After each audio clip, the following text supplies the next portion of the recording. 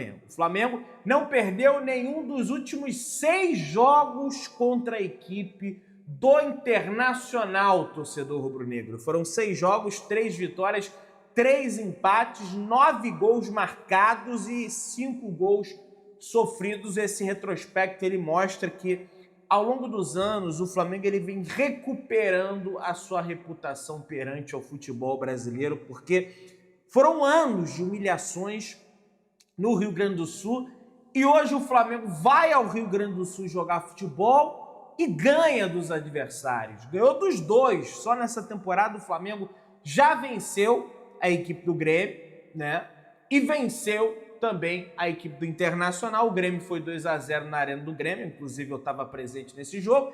E o Internacional foi 3-1 no estádio do Beira-Rio, beleza? E tem mais um confronto aí na quarta-feira, numa tal de Copa Libertadores da América. Flamengo segue líder do Campeonato Brasileiro com 43 pontos somados em 19 jogos. Finalmente o Flamengo concluiu de fato um turno. É evidente que falta ainda aquele jogo contra o Sport, né? Estou falando aqui no modo de que já completou 19 partidas, um dos melhores primeiros turnos da história do Flamengo. Aliás, é o melhor da história do Flamengo, 43 pontos apenas no primeiro turno.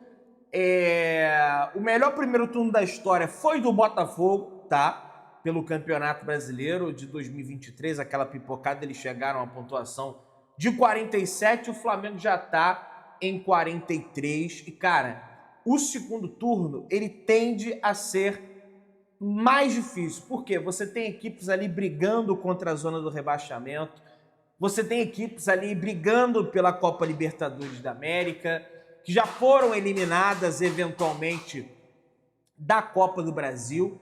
Então, naturalmente, você tem equipes ali mais ligadas no Campeonato Brasileiro, pelo menos eu acho que eu posso dizer dessa forma. Mas torcer para o Flamengo fazer um segundo turno maravilhoso, para você ver como foi espetacular aquela campanha do Flamengo de 2019, é que se o Flamengo repetir esse primeiro turno, nós chegaremos a 86 pontos, né? Aquele time do Flamengo de 2019 fez 90. É um negócio de maluco, assim, né? Teria que fazer um segundo turno ainda melhor do que o primeiro para o Flamengo chegar a 90 pontos, beleza?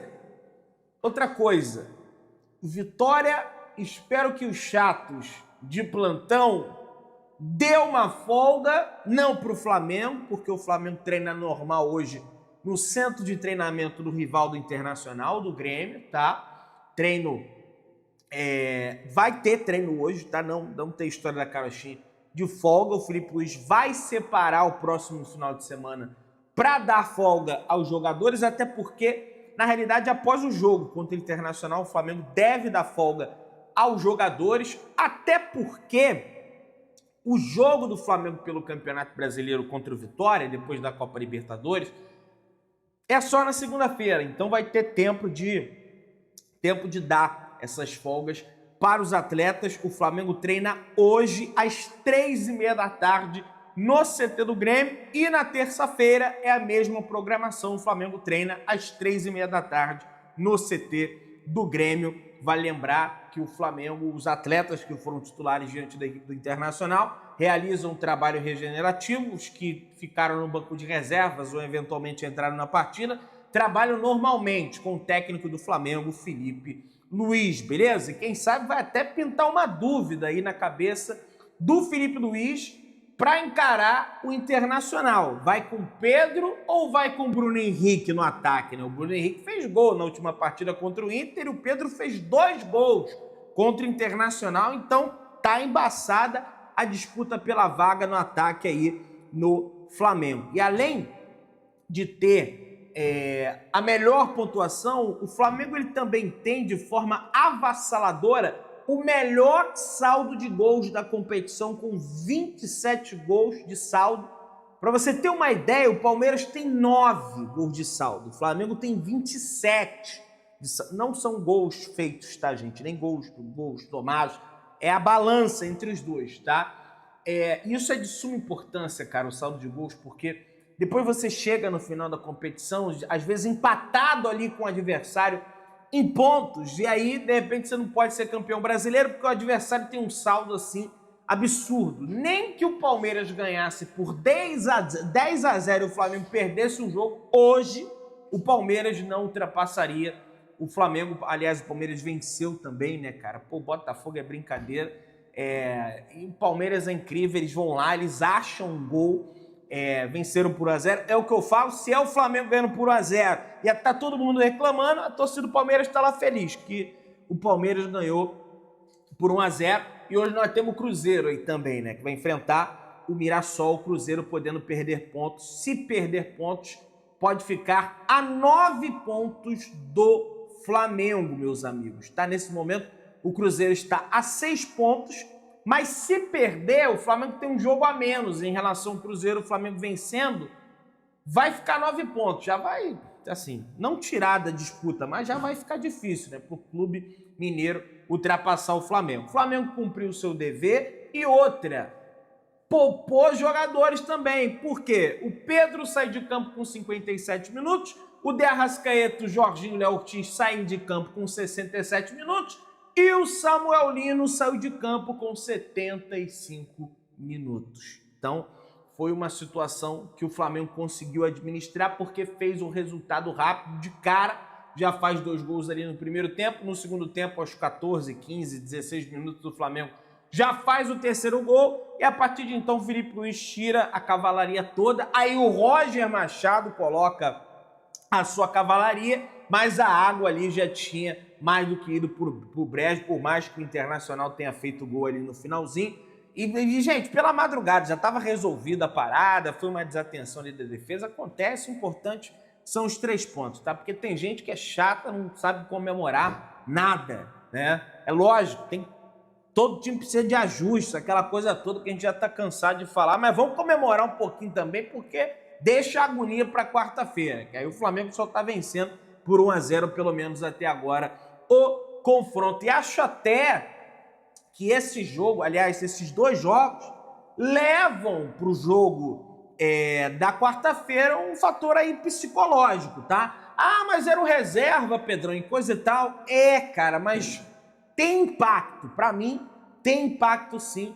Na quarta-feira, o Flamengo ultrapassou o Internacional, é aquilo que eu ia falando, o Flamengo começa a recuperar, né? Começa não, já vem recuperando há tempos a sua reputação perante o futebol nacional. O Flamengo chegou a 40 vitórias no histórico do confronto entre Flamengo e Internacional. Estava 39 a 39, durante muito tempo o Internacional ficou à frente do Flamengo, muito em função das partidas que aconteceu no Beira-Rio, que o Flamengo não conseguia vencer o Internacional, e a parada mudou de figura. Hoje o Internacional tem 39 vitórias e o Flamengo tem 40 vitórias, beleza? Vale lembrar que existem apenas 2 times da primeira divisão do Campeonato Brasileiro que tem mais vitórias em cima do Flamengo. É o São Paulo, tem um pouquinho, acho que é 10 a mais, é bastante, e o Palmeiras, que acho que tem 4, 5 vitórias a mais em relação ao Flamengo nesse enfrentamento, mas uma coisa que o Flamengo também vem mudando na balança aí ao longo dos anos, inclusive vencendo o Palmeiras jogando lá no estádio deles, jogando lá no Allianz Parque, assim como venceu nesse ano por 2 a 0.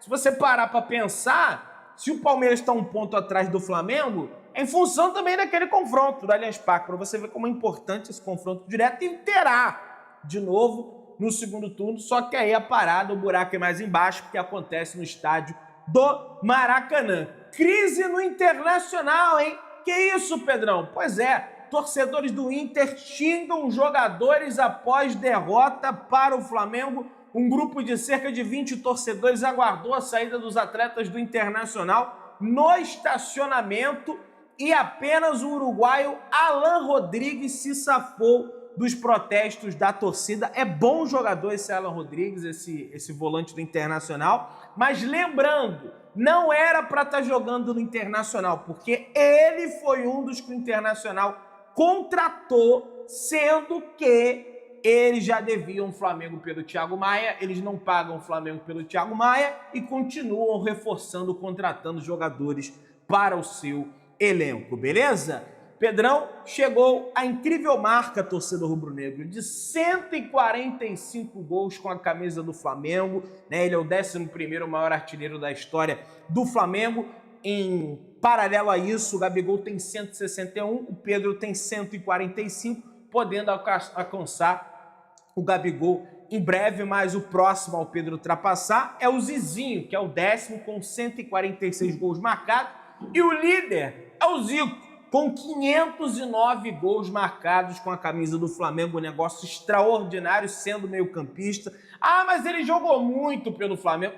Mas é muito raio de gol, jamais ninguém vai conseguir ultrapassar o Zico. Isso aí eu não tenho a menor dúvida. Aliás, Felipe Luiz, falando sobre Pedro, rasgou elogios ao camisa 9 do Flamengo na entrevista coletiva. Tá vendo, Pedrão? Se joga bem. E além dele jogar bem, além dele marcar gol do jeito que ele marcou, ele correu também quando o Flamengo não tinha posse de bola, né? Ele brigou, ele recuperou bolas no campo de defesa.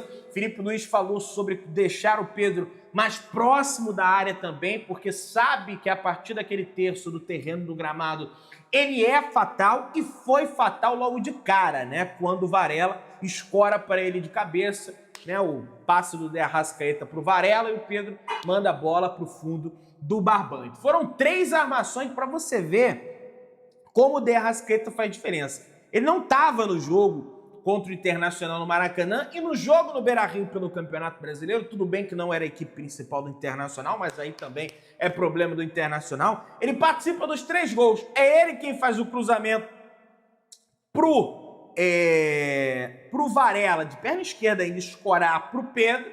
É ele quem dá o passe pro Pedro do segundo gol, e é ele quem dá o passe pro Plata do terceiro gol do Flamengo, para você ver como faz a diferença o De Arrascaeta, que segue na vice-artilharia do Campeonato Brasileiro e é um dos líderes de assistências também da competição. Aliás, falando em assistência, ele tinha 98 assistências com a camisa do Flamengo. Com essas 2 assistências de ontem, ele chegou à incrível marca de 100 assistências com a camisa do Flamengo. Ele deu entrevista à Flamengo TV para falar sobre esse número e ele disse o seguinte: feliz, sempre tento contribuir da melhor forma dentro de campo, é um número expressivo e eu não estava sabendo, agora é focar para o próximo jogo, disse De Arrascaeta. É isso aí, focar no próximo jogo, concentrar para o Flamengo buscar essa classificação jogando em Porto Alegre. Jogadores do Flamengo, inclusive, foram tietados pela torcida